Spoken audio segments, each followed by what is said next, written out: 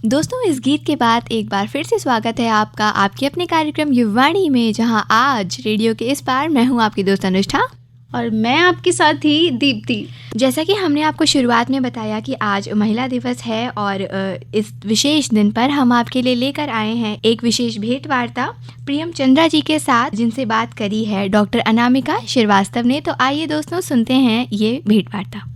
हमारे साथ हैं प्रियम चंद्रा युवा दोस्तों, और प्रियम उस पीढ़ी की हैं जिसे भारत से प्यार है, भारत की संस्कृति से प्यार है, अपने बड़ों से प्यार है और अपने बड़ों की उसी विरासत को संभालने के लिए 10 बरस अमेरिका में एक सॉफ्टवेयर इंजीनियर की तरह जॉब करके प्रियंका को ऐसा लगा कि शायद अमेरिका में रह के जॉब करना और पैसा कमाना ही जिंदगी का लक्ष्य नहीं है, उनका लक्ष्य तो कहीं और है। भारत उन्हें बुला रहा था। उनके नाना प्रोफेसर सुखपाल संगल, जो कि एक बेहद ज़हीन पेंटर, आर्टिस्ट और कलाओं के मर्मज्ञ रहे, उनकी कलाकृतियां मानो प्रियम को पुकार पुकार कर कह रही थीं, आओ प्रियम, हिंदुस्तान आओ और इन कलाकृतियों को भारत की जुबान बनाओ। और प्रियम ने कलाकृतियों की उस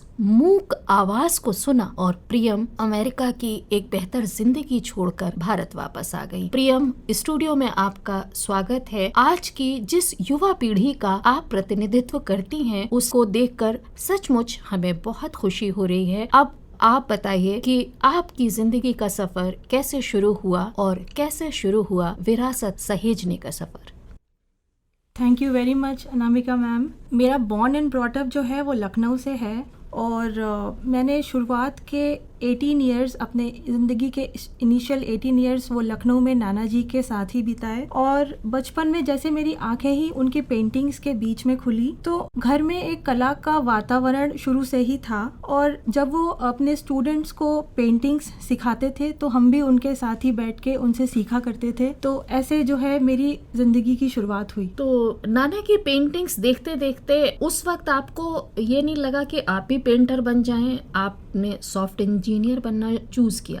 जी, मैंने जो है अपना करियर जो है सॉफ्टवेयर इंजीनियरिंग में ही चूज़ किया और ग्रेटर नोएडा से मैंने बैचलर्स किया कंप्यूटर साइंस में। और मेरा फर्स्ट जॉब जो है वो IBM बेंगलोर में लगा और 2 साल IBM बेंगलोर में जॉब करने के बाद मैंने हायर एजुकेशन करने का डिसीजन लिया। फिर USA से मैंने कंप्यूटर साइंस में मास्टर्स किया रॉचेस्टर इंस्टीट्यूट ऑफ टेक्नोलॉजी से, और वहाँ काफ़ी साल जॉब किया और एक्सपीरियंस लिया। और मेरा लास्ट जॉब जो था वो अमेरिकन एक्सप्रेस में as a senior software engineer था और ऐसे मेरा पूरा करियर रहा। तो सॉफ्टवेयर इंजीनियर के तौर पे आपको एक अच्छा पैकेज मिल रहा था, आप अमेरिका में रह रही थी और लगभग 10 बरस हो चुके थे आपको अमेरिका में। हर युवा जो खास करके जो इंजीनियरिंग कर रहे हैं या मेडिकल कर रहे हैं, उनका सपना होता है अमेरिका जाने का, और आपका वो सपना पूरा हो चुका था प्रियम। तो क्या कमी आपको लग रही थी कि आपको लगा कि आपको भारत वापस आना चाहिए?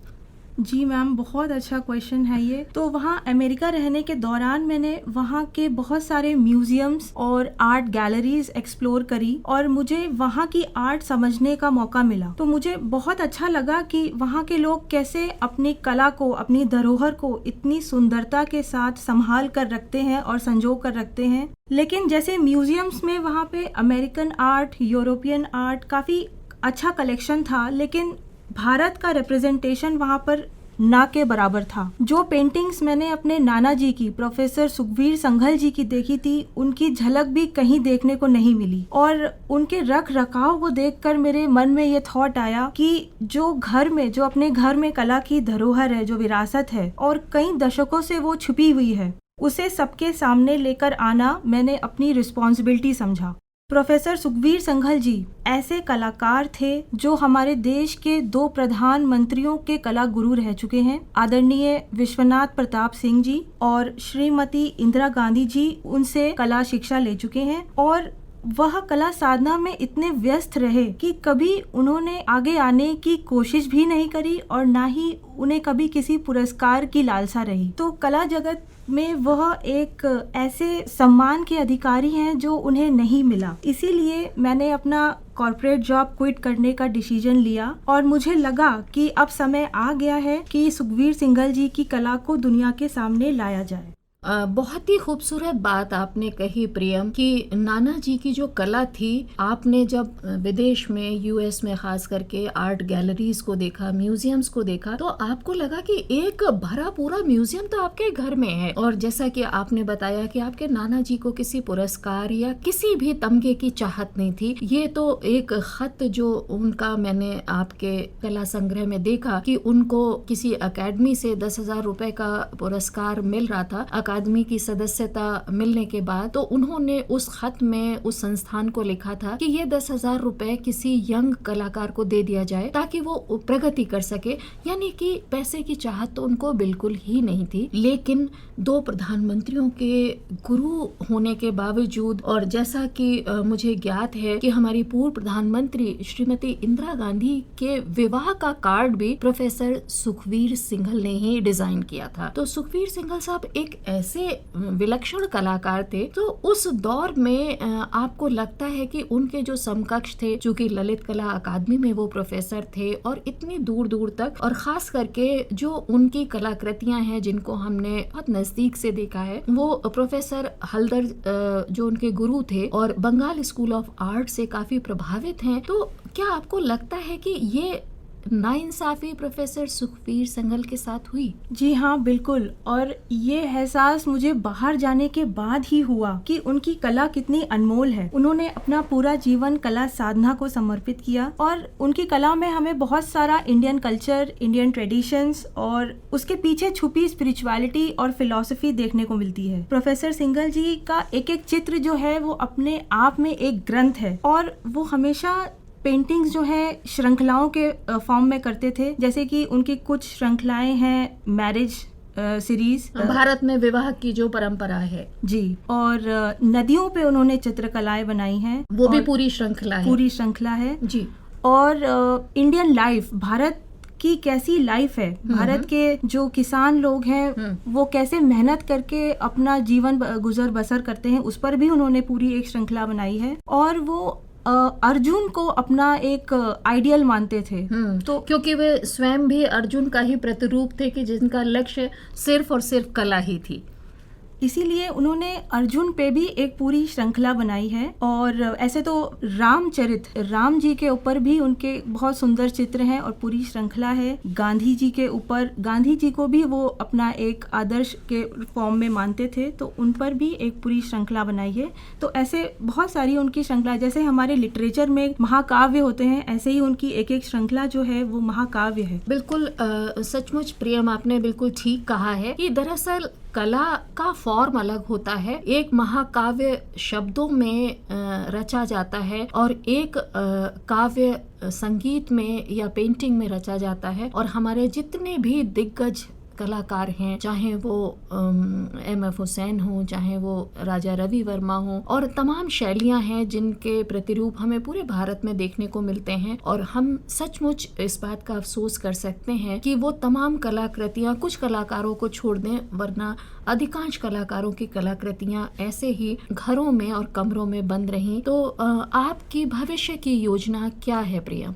जी, तो सबसे पहले तो मैंने ये सही समझा कि उनकी पूरी कलेक्शन को कॉपीराइट करवाया जाए। तो उनका पूरा कलेक्शन कॉपीराइट करवाने के बाद हमने उनके नाम से ही एक संस्था शुरू करी जिसका नाम है Sukhvir Singhal creations private limited. और इस संस्था का जो मिशन है वो उनकी पेंटिंग्स को सब तक पहुंचाना है, उनकी पेंटिंग्स का प्रिजर्वेशन और एजुकेशन द्वारा उनकी जो यूनिक आर्ट टेक्निक्स हैं उनको कला साधकों और आर्ट लवर्स तक पहुंचाना, और जगह जगह पर उनकी प्रदर्शनियां करना कला की, ताकि उनकी जो पेंटिंग्स हैं वह जन जन तक पहुंच सके और नई पीढ़ी उस कला को समझ सके।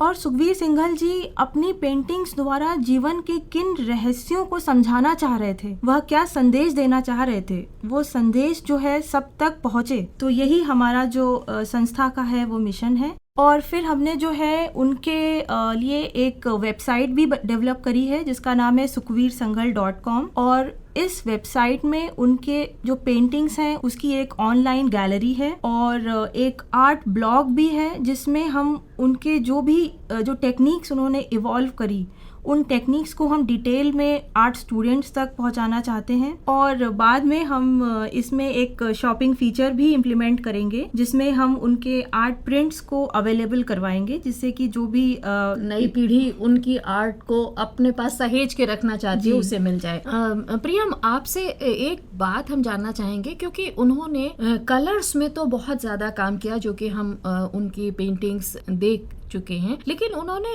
एम्ब्रॉयडरी से भी बहुत खूबसूरत पेंटिंग्स क्रिएट की हैं, तो वो उसके बारे में थोड़ा सा बताइए। जी बिल्कुल सही कहा आपने। वो सिर्फ वॉश पेंटिंग्स ही नहीं करते थे बल्कि उन्होंने वाटर कलर को लेकर सिल्क पे काम किया, वुड पे काम किया, बहुत सारे लैंडस्केप्स बनाए और वो स्कल्पचर्स भी बनाते थे, लेदर पे फाइन आर्ट करते थे। और जैसे कि आपने अभी बताया, उन्होंने एक टेक्निक निकाली थी टेपेस्ट्रीज बनाने की, जिसमें वो खादी के कपड़े पे जो है सुई धागे से जो है अपनी कलाकृतियों को जैसे फाइन आर्ट बनाया जाता है वैसे बनाते थे। तो ये भी पहली बार भारत में इस तरह का काम हुआ। तो बहुत सारी आर्ट फॉर्म है, बहुत सारी चीज़ें हैं। सुखवीर संघल को आप एक कलाकार की दृष्टि से, एक नए नज़रिए से आज की युवा पीढ़ी दिखेगी और ये उनको दुनिया तक ले जाने का काम जो है वो उनकी ग्रैंड डॉटर प्रियम कर रही हैं। लेकिन प्रियम, आप युवाओं के लिए एक आदर्श बन रही हैं, आपको क्या संतुष्टि मिल रही है? हम बस आपसे ये जानना चाहेंगे। जी ज़रूर। देश से बाहर रहने के बाद ही मुझे ये एहसास हुआ कि हमारी जो भारत की जो संस्कृति है, जो परंपरा है, वो कितनी पुरानी है, कितनी भव्य है और कितनी महान है। और यहाँ तक कि मेरे कांटेक्ट में कुछ ऐसे अमेरिकन्स भी थे जो हमारी जो ट्रेडिशंस है उनका बहुत सम्मान करते हैं और भाषा ना जानने के बावजूद वो उसे सीखने के कितने ललायत रहते हैं। और मेरा युवा पीढ़ी के लिए संदेश यह होगा कि हम जो भी काम करें वो देश हित में करें और जिससे हमारा देश सांस्कृतिक रूप से और आर्थिक रूप से मजबूत हो और हम जो है अपने देश की कला को, धरोहर को संवार के रखें, संजो के रखें और उस पर हमें गर्व होना चाहिए। बिल्कुल। और हम ये गर्व महसूस कर रहे हैं कि प्रोफेसर सुखवीर की ग्रैंड डॉटर आज हमारे साथ इस कार्यक्रम में है और तमाम हमारी युवा पीढ़ी हमें सुन रही है और जरूर वो आपसे प्रेरित होंगे। हमारे घर में हमारी दादी नानी की कलाएं, चाहे वो स्वेटर बुनने की बात हो, चाहे छोटी छोटी कढ़ाई करने की बात हो, जो कुछ भी हमारे पास है वो सचमुच बेशकीमती है। हम उस धरोहर को संभाल के रखें। प्रियम, आप हमारे स्टूडियो में आई और आपने इतनी बातें हमारे साथ शेयर की और कैरियर का एक नया सोपान आपने गढ़ा है। आपका बहुत बहुत शुक्रिया। दोस्तों, अभी आपने सुनी ये विशेष भेंट वार्ता प्रियम चंद्रा जी के साथ और भेंटकर्ता थी डॉक्टर अनामिका श्रीवास्तव जी।